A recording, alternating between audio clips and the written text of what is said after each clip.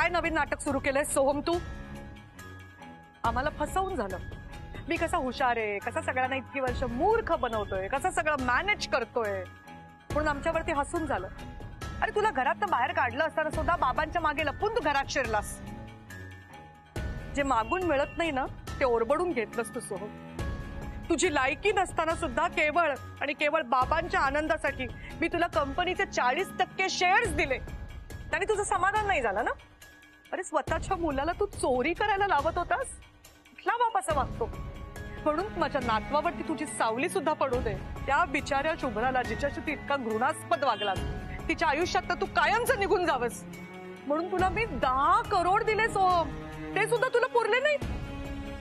अरे सोहम किती त्रास देणार आहे सगळं. निर्लज्जपणाला ना सुद्धा काही मर्यादा असते सोहम. जाऊ दे, मर्यादा या शब्दाचा अर्थ तुला काय कळणार रे?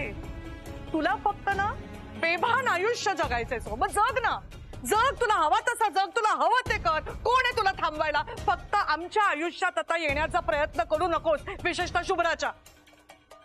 अरे का त्या मुलीला सारखा सारखा फोन करत असतोस? आत्ता कुठे ती जगायला शिकलीये, आत्ता कुठे ती हसायला शिकलीये. पुन्हा पुन्हा तिला फोन करणं, तिला मेसेजेस करून तिचा छळ करणं ताबडतोब थांबव सोहम. नाही मॅडम, मी खरंच मुद्दामून नाही वागत आहे. मला माझी चूक कळली, जेन्युइनली कळली. मॅडम आता तुम्हाला कसं सांगू तेच कळत नाही मला. पण मॅडम रस्त्यावर आलोय मी. सुजान फसवून निघून गेली मला. माझं सगळं घेऊन गेली, गाडी, पैसा, माझं काही नाही माझ्याकडे, सगळं. अच्छा अच्छा, म्हणजे जे 10 करोड रुपये मी तुला दिले होते ते सुजान घेऊन पळून गेली. एक्सलंट. आणि म्हणून आता तुला शुभ्राची आठवण आली, हो ना? ते सुजाननी तुला रस्त्यावर आणलं तेव्हा आता तुला तुझी बायको हवी आहे, तुझा मुलगा हवा आहे, तुझं कुटुंब हवंय. हेच ना सोहम? सोहम, तू कितीही गरीब चेहरा केलास ना तरी तुलाही माहितीये आणि मलाही माहितीये तू गरीब नाहीयेस. अरे अतिशय फ्लरिशिंग, अतिशय टॉपला असताना कंपनीचे 40% शेअर्स आहेत तुझ्याकडे. काय पाहिजे एखाद्या माणसाला अजून? सुजान तुझे पैसे घेऊन गेली त्यामुळे चैनीसाठी रोज वापरायला तुझ्याकडे पैसा नसेल. आणि पैशासाठी तू कुठल्या थराला जाऊ शकतोस ना सोहम, मला चांगलंच माहिती. ठीक आहे, तुला पैसे हवेत ना? चल, किती पैसे हवेत बोल. काय पाहिजे तुला? गाडी पाहिजे, घर पाहिजे, किती पैसे पाहिजे? हे शेवटचे आहे सोहम. आता हे पैसे घेतल्यानंतर पुन्हा शुभम आणि शुभ्रापासून तू दूर राहायचंस. तुझं तोंड सुद्धा आम्हाला दिसता कामा नये. बोल, तुला किती पैसे हवे? मॅडम ऐक, मला खरंच पैसे नकोय. मला खरंच पैसे नकोय, मला गाडी नकोय, मला काही नकोय. मला तुम्ही सगळे हव्यात. मला माझं कुटुंब हवंय परत. तुझं कुटुंब तुझ्याकडे होतं रे सोहम. ते सुख तू स्वतः लाताडलं, स्वतःच्या हाताने सगळं घालवलंयस. सुजान सुजान करून त्या उठवळ नालायक मुलीच्या मागे नाचत होतास ना. तिने तुला फसवलं तेव्हा तुला आता आपल्या सोन्यासारख्या बायकोची किंमत कळलीये. रस्त्यावर आणलंय तिने तुला, म्हणून आता तुला तुझी बायको हवी आहे, तुला तुझा मुलगा हवाय, तुला तुझं कुटुंब हवंय. नाही मॅडम, मी खरंच चुकलोय. मला जेन्युइनली माझी चूक कळलीये. मला आता कळलंय मॅडम मी काय गमावलंय आयुष्यात ते. मला खरंच तुमची सगळ्यांची गरज आहे मॅडम. मला तुम्ही सगळे हव्यात, मला माझी फॅमिली हवी आहे. प्लीज. ते कुटुंब आता तुझं कुटुंब नाहीये सोहम. तू आता आमच्या कुटुंबाचा भाग राहिलेला नाहीयेस. संसार म्हणजे काय वाटलं रे तुला? काय वाटलं तुला? भातुकलीचा खेळ आहे. तुला पाहिजे तेव्हा तू मांडणार, पाहिजे तेव्हा तू मोडणार, तुला पाहिजे तेव्हा तू कुटुंबात असणार, तुला पाहिजे तेव्हा तू निघून जाणार. बस असा करायचा असतो संसार? संसार प्रेमाने आणि नेटाने करायचा असतो रे सोहम. कधीच कळलं नाही तुला. आता काही उपयोग नाहीये सोहम, कारण आता ना तुझी पश्चाताप करायची वेळ सुद्धा निघून गेली. नाही सोहम, मी नाही तुझ्यावर दया दाखवू शकत. आता नाही. मी खूप खूप संधी दिली तुला, आता नाही. आता तू किती रडलास, तू किती दयेची भीक मागितलीस ना, तरी आता आमच्या कुटुंबात तुला जागा नाही. And that's final.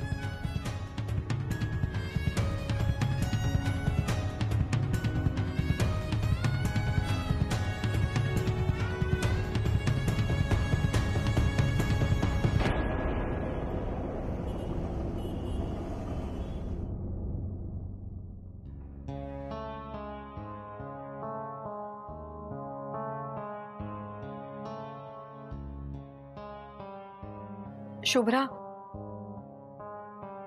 आई तुम्ही आलात? मला वाटलं तुम्ही आणि बाबा एकत्रच बाहेर गेला होतात. अगं नाही, मी दुसऱ्याच कामासाठी गेले होते. 1 मिनिट येतेस का इकडे? आले.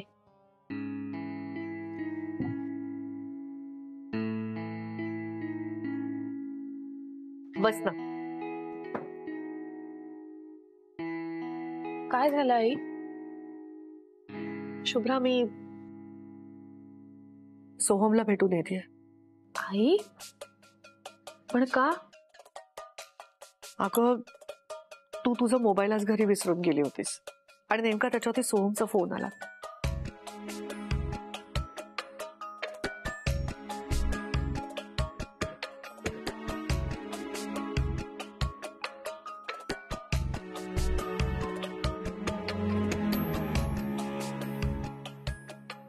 हे बघ, फक्त जे काही घडलं ना ते मी तुला सांगतेय. आता त्याचा विचार करून तू मनाला त्रास करून घेऊ नकोस बाळा. पण तुला सांगू का शुभ्रा, आज सोहमला भेटल्यानंतर ना एक गोष्ट मला अतिशय प्रकर्षाने जाणवली. It's time to move on. तू आता ना मागचं सगळं सोडून देऊन पुढे गेलं पाहिजे शुभ्रा, कारण जीव गुंतवावं असं काही उरलंच नाहीये ना मागे. बघ, तुला तुझ्या आयुष्याला आकार द्यायचा आहे बाळा. मी आणि बाबा आहोतच तुझ्या बरोबर, पण आमच्या नंतर काय शुभ्रा? आई काय बोलतोय? प्लीज प्लीज हे सोडून तुम्ही काही बोला. मला दोघंही हवे आहात आई. अगं हो बाळा, पण थोडा प्रॅक्टिकली विचार नको का करायला? हे बघ शुभ्रा, माझी खात्री आहे की शुभमला वाढवायला तू एकटी सक्षम आहेस, त्याच्याबद्दल मला अजिबात शंका नाहीये.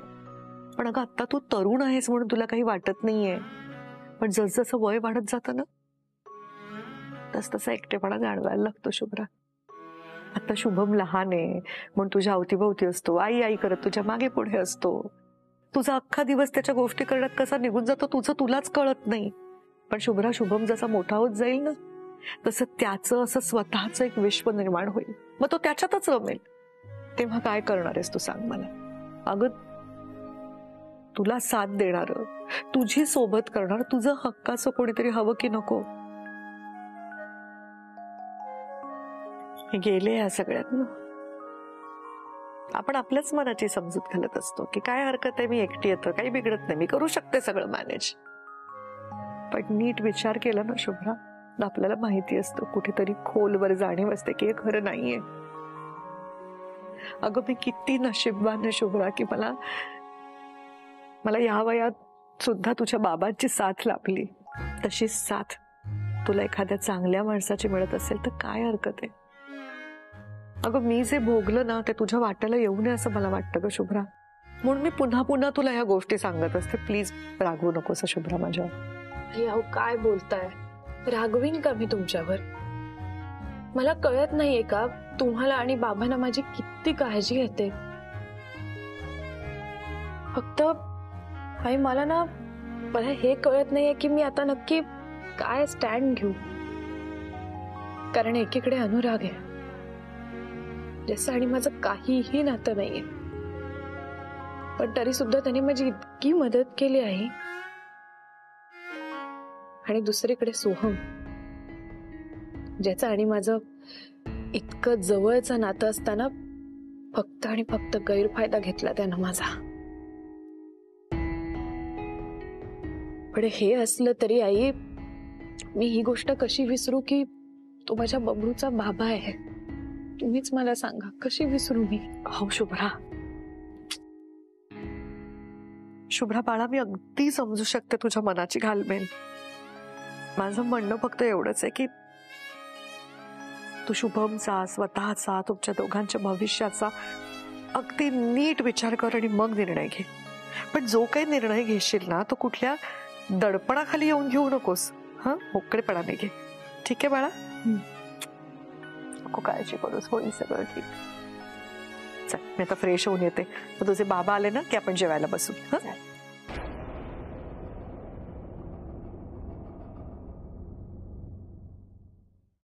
आणि तो मुलगा खूप चांगला होता. तो सगळ्यांना हेल्प करायचा.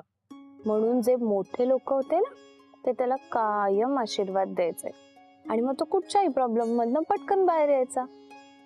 बबडू, असं आपण चांगलं वागलं, सगळ्यांची हेल्प केली ना, मग आपण असेच प्रॉब्लेम मधनं बाहेर येतो. सगळ्यांचे आशीर्वाद आपल्याला मिळतात.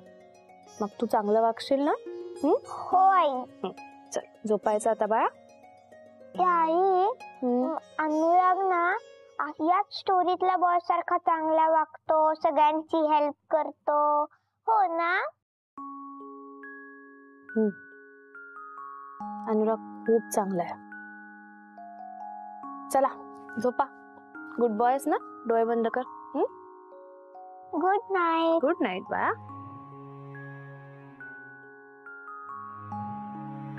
काय झालं?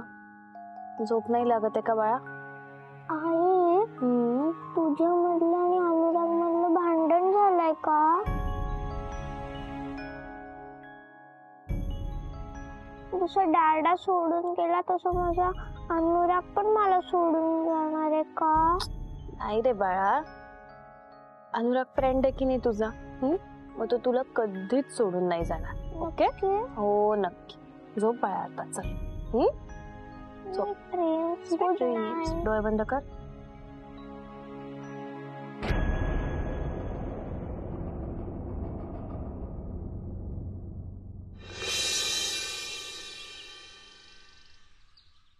अनुराग, शहर सोडून जाण्याचा एवढा मोठा निर्णय तू एकट्याने घेतलास? माझ्याशी बोलावंसही वाटलं नाही तुला? मी म्हंटल ना सॉरी, माझी चूक झाली. त्या एका चुकीची एवढी मोठी शिक्षा देणार आहेस का तू मला? तुझी चूक नाहीच आहे मुळात, आणि त्यामुळे मी चाललोच नाही आजी. तुला खूप चांगलं माहितीये मी का चाललोय इथून. अरे पण तू त्या तुझ्या वस्तीत जाऊन राहत होतासच ना. तिथे राहा तू. शहर सोडून जायचं काय गरज आहे? पण वस्ती जवळ आहे ना आपल्या घराच्या, त्यामुळे मला सारखं इथे यावंसं वाटतं. शुभ्राला बघ. शुभ्राची आठवण पाठ सोडत नाही माझी आजी. मी इथे येत राहणार. अभिजित सर असावरी मला घरी बोलवत राहणार. शुभम माझ्याकडे हट्ट करत राहणार. तो मला बोलवत राहणार. मग मी ते टाळू शकणार नाही. सगळं खूप अवघड होऊन जाईल माझ्यासाठी. म्हणून मला जाऊ दे. तुझ्या लक्षात येत नाहीये का की हे करताना तू माझ्यापासूनही दूर जातोयस? ते सगळं डिनरचं प्लॅन करून चुकत झाली माझी. पुन्हा तेच आजी, तुझी काहीच चूक नाहीये. तू उगाच नको त्या गोष्टींचं गिल्ट घेऊ नकोस. Look at the brighter side. जे मी केलं, तू जर तो प्लॅन केला नसता तर शुभ्रा तिकडे आलीच नसती. मी बोलवलं असतं तर ती कधी तिकडे नसती आली. कधीच नाही. तुझ्या प्लॅनमुळे तिला तिकडे यावं लागलं. तिला मी डोळे भरून बघू शकलो, बोलू शकलो तिच्याशी. चांगलं आहे ना मग ते? अनुराग, मला तुला छान सेटल झालेलं बघायचं होतं रे. सुखी, खूप आनंदात बघायचं होतं तू. पण तूही बहुतेक माझ्यासारखा एकटाच राहणार. एकटं राहणं खूप वाईट असतं रे. कोणी सांगितलं एकटं राहणं वाईट असतं? एकटा माणूस सेटल्ड नसतो, एकटा माणूस सुखी नसतो, तुला कोणी सांगितलं? या आधीच्या नात्यात ज्या पद्धतीने सगळ्या गोष्टी बिघडल्या ना आजी, मी आतून खूप दुखावलं गेलो होतो. आणि त्यासाठीच मग मी आनंद शोधत, कुठे मनाला बरं वाटेल ते सगळं करण्याच्या नादामध्ये इकडे तिकडे हिंडत होतो. कामगारांची कामं करणं, गरजूंना मदत करणं, सामाजिक कार्य करण्यामध्ये स्वतःला मी खूप गुंतवून टाकलं होतं. इतकं की जेणेकरून मला माझ्या मनाशी रिॲक्ट व्हायला वेळच नाही मिळाला पाहिजे. माझ्या मनाच्या जखमा मला कळल्याच नाही पाहिजेत. सो मी फक्त टाइम माझा किल करत होतो, स्वतःला बिझी ठेवत होतो. पण मनाचं हिलिंग नव्हतं झालेलं ना. आणि त्याच्यातच शुभ्रा माझ्या आयुष्यात आली. तिच्या व्यक्तिमत्वात असं काहीतरी आहे ना जे की खूप खूप शांत वाटतं, असं आतून हील झाल्यासारखं. तिच्याबरोबर मला छान वाटायला लागलं. माझ्या सगळ्या जखमा बऱ्या झाल्या तिच्या बरोबर. तिच्याकडे मी ओढला जायला लागलो. हळूहळू त्या ओढीचं रूपांतर प्रेमात झालं. आणि मग मनाने ना खेळ खेळायला सुरुवात केली. ते मन सांगायला लागलं मला की तुझं प्रेम तिच्यापर्यंत पोचव. लोक सांगत होतं की नको, नाही, घाई नाही करायची, मैत्री चांगली आहे, नको हे सगळं. पण तरी मन ऐकतच नव्हतं. आणि मी मनाचं ऐकलं पुन्हा एकदा. आणि मी बोललोच. माझ्या मनाचं ऐकायला नको होतं. हे बघ अनुराग, तुझी मनस्थिती आता ठीक नाहीये सोना. प्लीज नको जाऊस. मी इथून जर गेलो नाही ना तर माझी मनस्थिती खराब होईल आजी.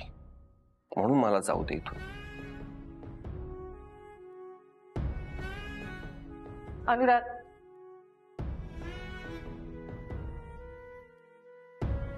तुझ्याशिवाय मला या जगात कोणीच नाहीये रे. आणि आता तूही सोडून चाललायस. मला सुद्धा तुझ्याशिवाय या जगात कोणीच नाही आजी.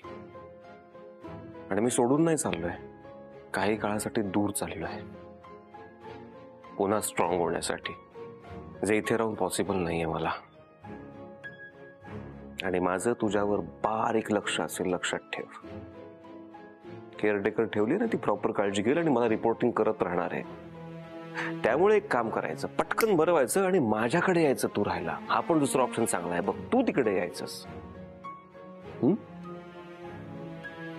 काळजी घे. थांब, मी आलेच.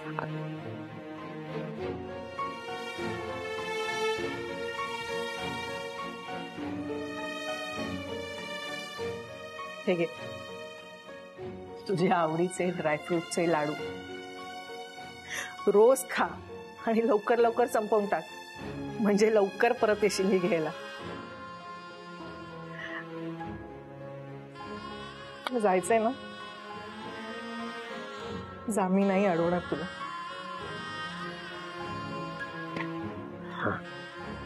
लवकर येईन मी तुला भेटायला. नीट जा. सुखी राहा. अनुराग, एक काम करशील, जायच्या आधी शुभ्राला भेटशील प्लीज. तिला निदान बाय तरी म्हणून जा. शुभ्राला कसं बाय म्हणणार, ते आता मरेपर्यंत शक्य नाहीये.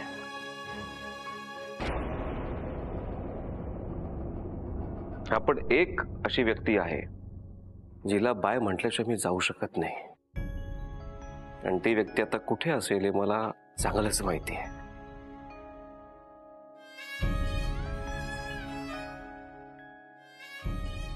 नीट जा.